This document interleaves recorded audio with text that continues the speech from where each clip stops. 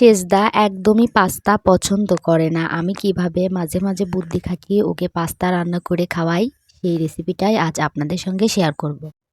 আসসালামু আলাইকুম, আশা করছি সবাই ভালো আছেন। যেসব বাচ্চারা পাস্তা খেতে চায় না, ঠিক এইভাবে যদি তাদেরকে পাস্তা রান্না করে দেওয়া যায় তাহলে তারা বুঝতেই পারবে না যে আসলে তারা পাস্তা খাচ্ছে না নুডলস খাচ্ছে।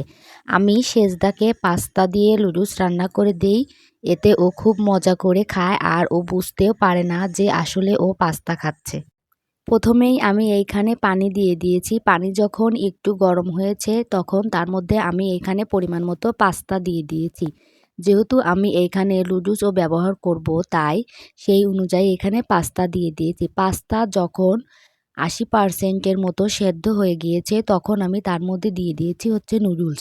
নুডলস যেহেতু খুব তাড়াতাড়ি সেদ্ধ হয়ে যায়, এজন্য আমি নুডলসটা পরে দিয়েছি। তো এখানে নুডলসটা দেওয়ার পরে যখন নুডলসটাও ৭০% এর মতো সেদ্ধ হয়ে যাবে, ঠিক তখনই আমি এই চুলাটা বন্ধ করে দিয়ে তারপরে এই ২টাকে খুব ভালোভাবে ধুয়ে নিব।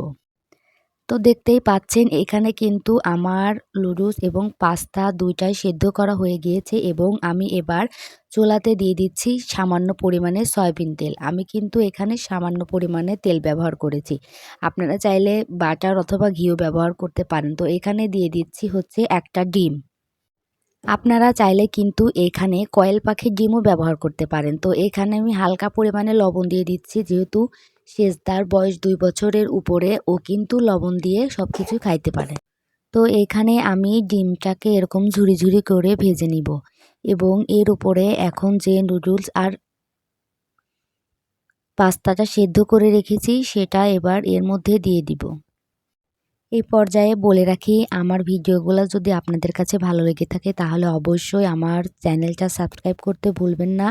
আর যারা অলরেডি সাবস্ক্রাইব করেছেন তাদেরকে জানাচ্ছি অসংখ্য ধন্যবাদ।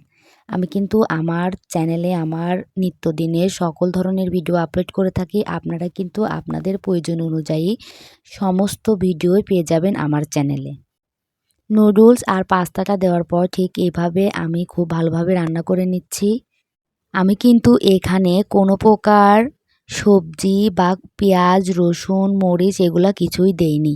আমি কিন্তু ইদানিং ওকে এভাবেই রান্না করে খাওয়াই। শুধু হালকা পরিমাণে যে নুডলসের মশলাটা আছে ওইটা দিয়ে দিব। আমি কিন্তু আগে এইটা ব্যবহার করতাম না, কিন্তু এখন যেহেতু সেজদা একটু বড় হয়েছে তো আমি ওর জন্য এটা ব্যবহার করি।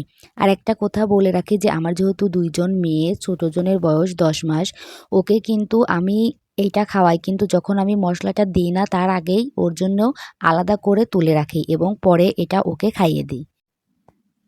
ইতিমধ্যে কিন্তু আমার রান্নাটা করা কমপ্লিট হয়ে গিয়েছে। আশা করছি আপনাদের কাছে ভালো লাগবে এবং আমি এইভাবে যদি আপনারা পাস্তার সঙ্গে নুডলস রান্না করে দেন এবং ওদেরকে দেওয়ার আগে একটু চামচ দিয়ে এটাকে ভেঙে দিলেই কিন্তু ওরা কোনোভাবেই বুঝতে পারবে না যে আসলে ওরা নুডলস খাচ্ছে নাকি পাস্তা।